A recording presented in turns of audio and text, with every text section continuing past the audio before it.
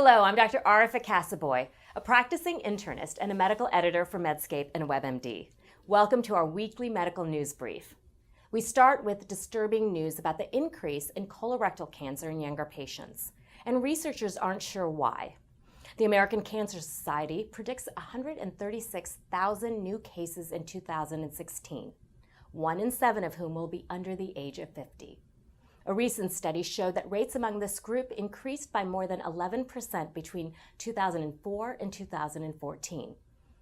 And it's predicted that colon cancer among people ages 20 to 34 will increase by an unprecedented 90% by 2030. Some minority populations, including African Americans and Native Alaskans, are 2 to 3 times more likely to be diagnosed at a young age. Current guidelines call for screening to begin for most patients at the age of 50.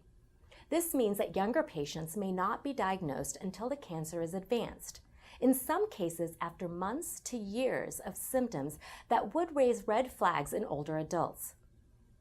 To avoid missing the diagnosis, we need to be more vigilant when working up problems such as rectal bleeding or iron deficiency anemia.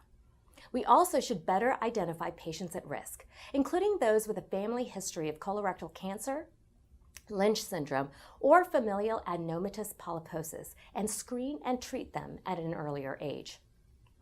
Next, practice guidelines for treating restless leg syndrome have been issued by the American Academy of Neurology for the first time. The new recommendations focus on adults with moderate to severe RLS and advocate for use of medication. These are patients for whom RLS disturbs sleep and daytime functioning. While several drugs are available, the AAN found level A evidence for pramipexole, rotigotine, and gabapentin and acarbel to treat RLS, and for ropinirole to treat periodic limb movements of sleep. Non-pharmacologic therapies such as pneumatic compression, transcranial magnetic stimulation, and near-infrared spectroscopy are level B or C recommendations. Also, AAN emphasizes that a workup for RLS should include iron deficiency, which can worsen RLS. And finally, while electronic cigarettes are different from their tobacco counterparts, they should not be considered a healthier alternative to smoking.